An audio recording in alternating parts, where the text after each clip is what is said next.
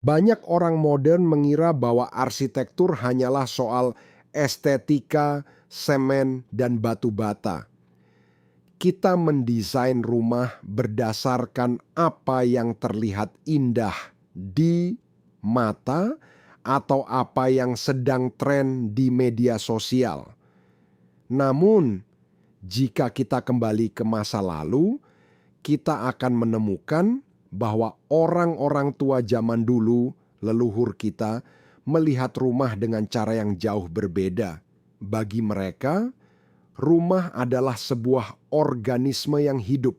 Setiap sudutnya bernapas, setiap ruangnya memiliki jiwa, dan setiap pintunya adalah gerbang penjaga bagi kedamaian orang-orang yang tinggal di dalamnya.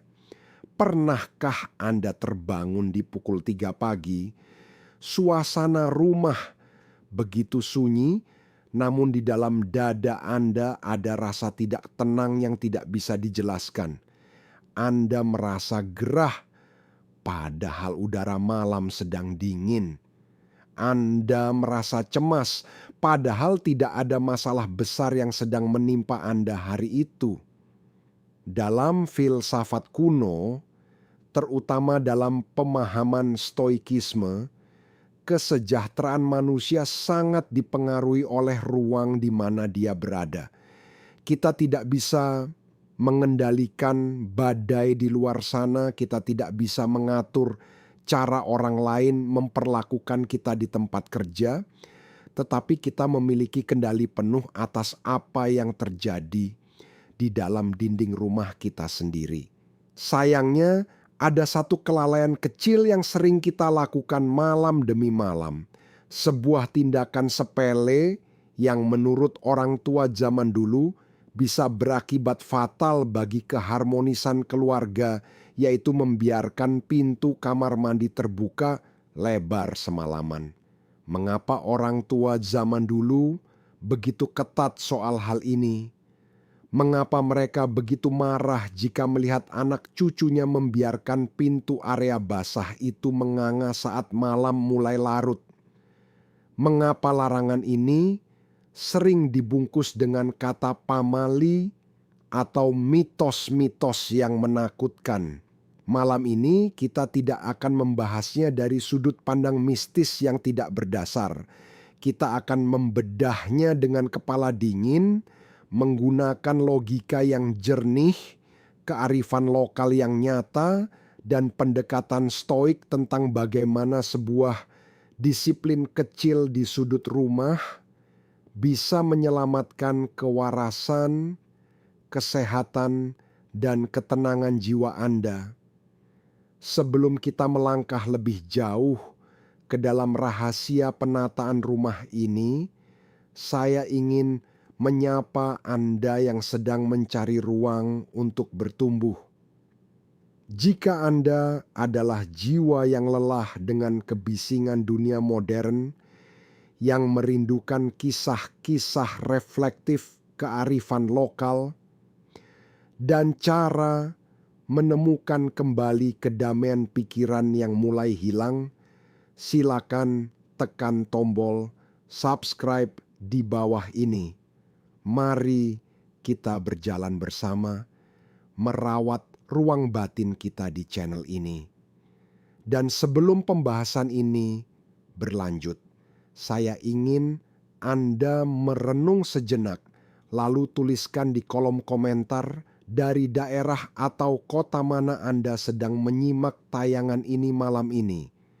Dan apakah di rumah Anda aturan menutup pintu kamar mandi ini masih dijalankan secara ketat oleh orang tua atau Anda sendiri? Mari kita saling bertukar cerita di bawah nanti. Sekarang mari kita buka babak pertama dari kearifan yang terlupakan ini. Dalam kehidupan, segala sesuatu selalu berpasangan. Ada siang, ada malam, ada panas, ada dingin, ada ruang tempat kita mengisi energi, dan ada ruang tempat kita membuang energi yang kotor. Rumah kita dirancang untuk mengakomodasi kedua hal tersebut. Ruang tamu, ruang makan, dan kamar tidur adalah tempat yang kita gunakan untuk membangun energi kehidupan. Di sanalah kita bercengkerama dengan keluarga, mengisi nutrisi untuk tubuh, dan mengistirahatkan pikiran setelah seharian berjuang di luar rumah. Ruang-ruang ini harus dijaga agar tetap bersih, kering, dan memiliki sirkulasi udara yang menyegarkan. Di sisi lain, ada satu ruang bernama kamar mandi. Secara fungsi yang paling dasar, kamar mandi adalah tempat pembersihan. Ia adalah tempat di mana kita melepaskan kotoran dari tubuh. Tempat kita membuang zat-zat yang tidak lagi dibutuhkan oleh sistem biologis kita. Oleh karena itu, secara alami, kamar mandi adalah area dengan tingkat kelembapan paling tinggi di dalam rumah. Ia menampung air, menampung sisa-sisa pembersihan, dan menyimpan aroma serta partikel tak kasat mata yang tidak seharusnya menyebar ke area lain. Orang tua zaman dulu, meskipun tidak memiliki mikroskop untuk melihat bakteri, memiliki kepekaan rasa yang luar biasa. Mereka memahami konsep bahwa apa yang dikeluarkan dari tubuh tidak boleh bercampur kembali dengan apa yang dimasukkan ke dalam tubuh. Ketika Anda membiarkan pintu kamar mandi terbuka lebar semalaman, Anda sedang membiarkan batas antara ruang pembersihan dan ruang kehidupan itu runtuh. Udara lembab yang membawa partikel mikro dari sisa pembersihan di dalam kamar mandi akan mengalir keluar dengan perlahan, merayap memenuhi ruang tengah, dapur, bahkan menyelinap di bawah sela-sela pintu kamar tidur Anda. Secara tidak sadar, sepanjang malam saat Anda tertidur, tubuh Anda menghirup udara yang telah terkontaminasi oleh kelembapan berlebih tersebut. Dalam jangka pendek, mungkin Anda tidak merasakan apa-apa. Namun dalam prinsip stoik, kehancuran besar tidak pernah terjadi dalam satu malam. Ia adalah akumulasi dari kelalaian-kelalaian kecil yang diabaikan setiap hari. Kelembapan yang menyebar ini secara perlahan menurunkan kualitas tidur Anda. Anda terbangun dengan leher yang kaku, paru-paru yang terasa berat, atau perasaan lelah yang konstan di pagi hari. Leluhur kita tahu, jika kesehatan fisik penghuni rumah mulai terganggu karena kualitas udara yang buruk, maka kestabilan emosi mereka pun akan ikut goyah. Dan dari sinilah perselisihan dalam rumah tangga seringkali bermula hanya karena urusan pintu yang dibiarkan menganga. Mari kita merenungkan sebuah kisah. Di sebuah desa yang tenang di kaki gunung, hiduplah seorang wanita tua bijaksana bersama anak dan menantunya. Rumah mereka sederhana, terbuat dari kayu jati tua, dengan lantai yang selalu wangi aroma terapi alami. Wanita tua ini memiliki satu kebiasaan yang dianggap aneh oleh menantunya yang tumbuh di kota besar, yaitu setiap kali matahari tenggelam di ufuk barat, wanita tua itu akan berjalan keliling rumah, memastikan semua pintu tertutup rapat, terutama pintu belakang yang menuju ke area kamar mandi.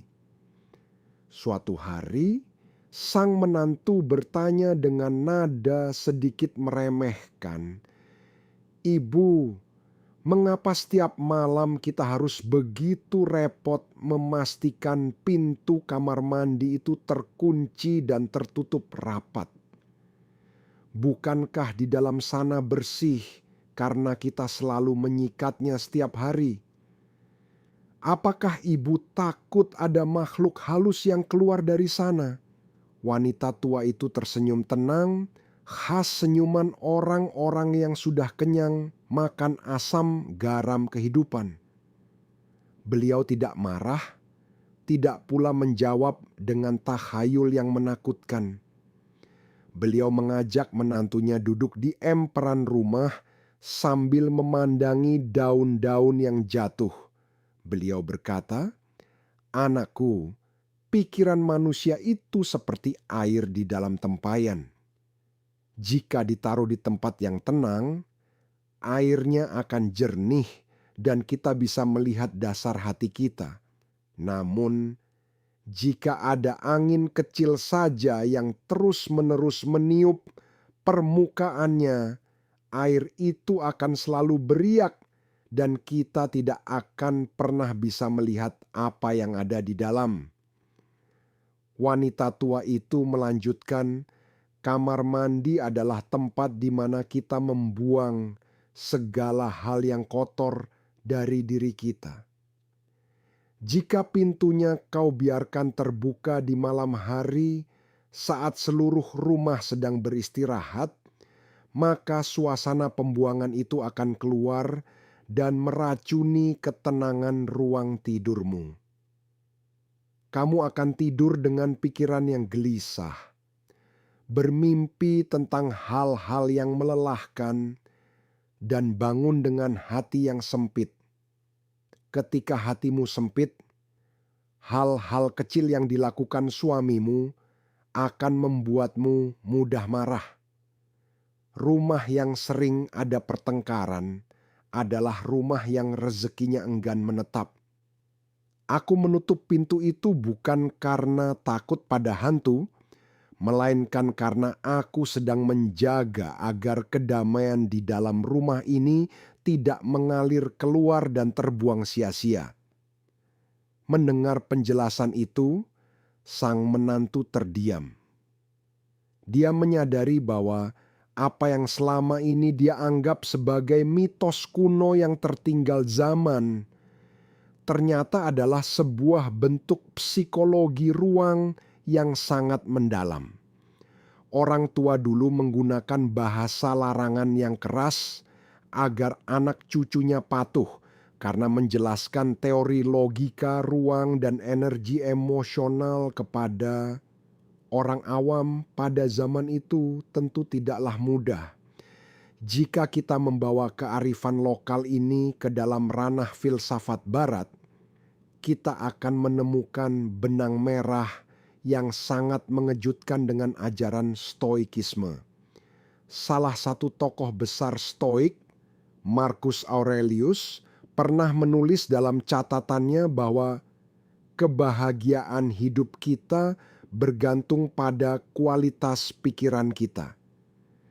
Dan kualitas pikiran kita sangat dipengaruhi oleh bagaimana kita mengatur hal-hal yang berada di bawah kendali kita. Mari kita jujur pada diri kita sendiri. Mengapa kita sering membiarkan pintu kamar mandi terbuka setelah menggunakannya di malam hari? Jawabannya sangat sederhana, yaitu malas. Kita merasa bahwa berjalan 2 langkah kembali untuk menarik gagang pintu adalah sebuah beban kecil yang tidak penting. Kita berpikir, hanya pintu saja, apa bedanya? Namun, bagi seorang praktisi Stoik, tidak ada hal yang disebut sebagai kelalaian kecil.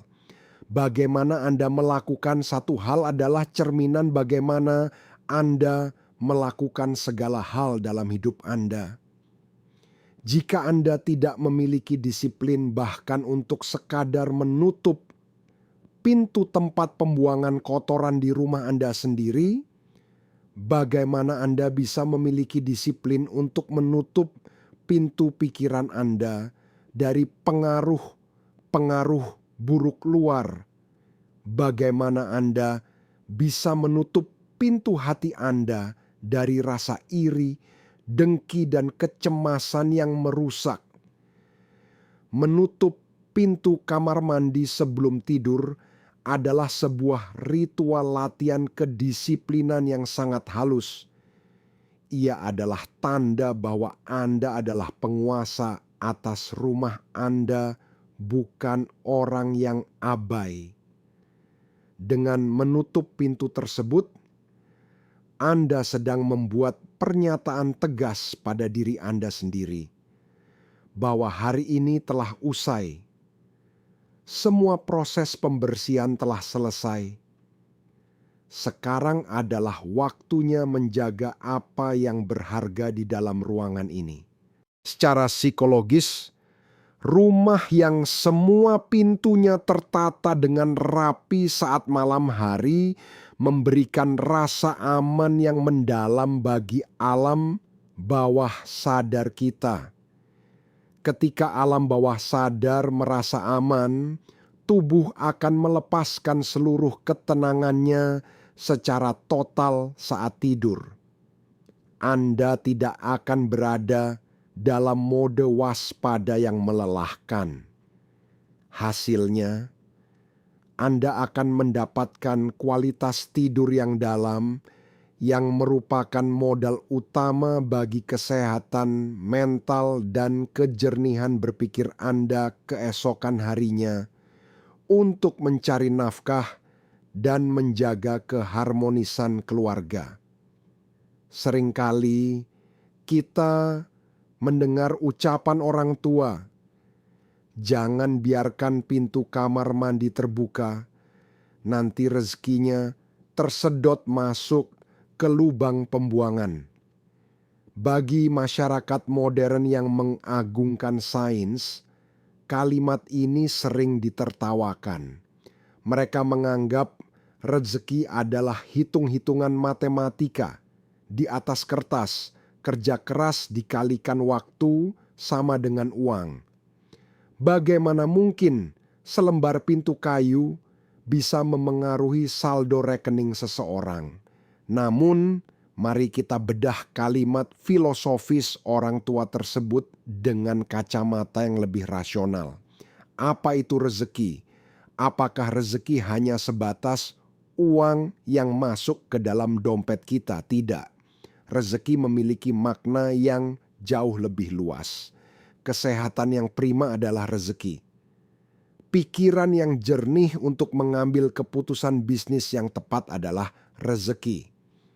Anak-anak yang tumbuh dengan tenang tanpa sering rewel adalah rezeki. Dan yang paling mahal dari semuanya, rumah tangga yang harmonis, minim konflik, dan penuh rasa saling menghargai adalah rezeki yang tidak bisa dinilai dengan materi. Sekarang, mari kita hubungkan dengan pintu kamar mandi yang terbuka semalaman. Ketika kelembapan dan aroma yang tidak disadari keluar dari kamar mandi sepanjang malam, udara di dalam rumah menjadi lebih berat dan dingin yang tidak sehat. Secara biologis, lingkungan yang lembab adalah tempat favorit bagi pertumbuhan jamur dinding dan bakteri udara. Anda mungkin tidak melihatnya, tetapi spora jamur tersebut melayang-layang dan terhirup oleh anggota keluarga. Akibatnya, anak-anak menjadi lebih mudah bersin di pagi hari, kulit menjadi sensitif, dan tubuh terasa kurang bugar. Ketika tubuh kurang bugar, sistem di dalam otak kita akan lebih mudah memicu hormon stres. Bayangkan situasinya di pagi hari. Sang istri terbangun dengan kondisi tubuh yang lelah karena kualitas tidur yang buruk akibat udara lembab. Sang suami juga mengalami hal yang sama. Ketika mereka bertemu di dapur untuk menyiapkan sarapan, Sumbu kesabaran mereka menjadi sangat pendek. Hal kecil seperti kopi yang kurang manis atau anak yang menumpahkan susu bisa memicu ledakan amarah yang besar. Pertengkaran demi pertengkaran kecil yang terjadi terus-menerus ini menguras energi emosional Anda. Ketika Anda berangkat kerja dengan hati yang dongkol dan pikiran yang kacau, fokus Anda di tempat kerja akan hancur. Anda membuat kesalahan dalam laporan, Anda salah mengambil keputusan dalam negosiasi bisnis, atau Anda melayani pelanggan dengan wajah yang cemberut. Akibatnya, karier Anda terhambat, bisnis Anda sepi pelanggan, dan pengeluaran untuk berobat ke dokter meningkat karena anggota keluarga sering sakit-sakitan. Itulah arti sebenarnya dari kata-kata orang tua dulu, bahwa rezekimu tersedot ke lubang pembuangan. Bukan karena ada kekuatan gaib yang mengambil uang Anda dari dompet, melainkan karena kelalaian Anda menutup pintu kamar mandi telah merusak kesehatan dan kedamaian emosional rumah tangga Anda, yang pada akhirnya menghancurkan kemampuan Anda untuk menjemput rezeki dengan optimal. Mendengar semua penjelasan ini, kita disadarkan bahwa kearifan lokal leluhur kita tidak pernah lahir dari ruang kosong. Di balik setiap kalimat larangan sederhana yang mereka ucapkan, tersimpan lapisan-lapisan pemahaman mendalam tentang cara kerja alam, tubuh manusia, dan psikologi ruang yang hari ini mulai divalidasi oleh ilmu pengetahuan modern. Hidup dengan gaya stoik bukan berarti kita harus pergi mengasingkan diri ke gunung atau membuang semua harta benda kita. Stoik adalah tentang bagaimana kita membawa kesadaran penuh ke dalam tindakan kecil kita sehari-hari, termasuk dalam cara kita merawat tempat tinggal kita. Rumah Anda adalah tempat perlindungan terakhir Anda dari kejam dan bisingnya dunia luar. Jangan biarkan tempat perlindungan itu kehilangan energinya hanya karena kita terlalu malas untuk menutup sebuah pintu. Malam ini, sebelum Anda mematikan lampu dan merebahkan tubuh di atas ranjang, berjalanlah sejenak ke bagian belakang rumah Anda. Lihatlah pintu kamar mandi Anda. Jika ia masih terbuka, raihlah gagangnya dengan penuh kesadaran, tutup rapat-rapat, dan rasakan kepuasan kecil dari sebuah tindakan disiplin. Jagalah rumahmu dengan penuh perhatian, maka rumahmu akan menjaga jiwamu dengan penuh kedamaian. Terima kasih telah meluangkan waktu berharga Anda untuk merenung bersama di channel ini.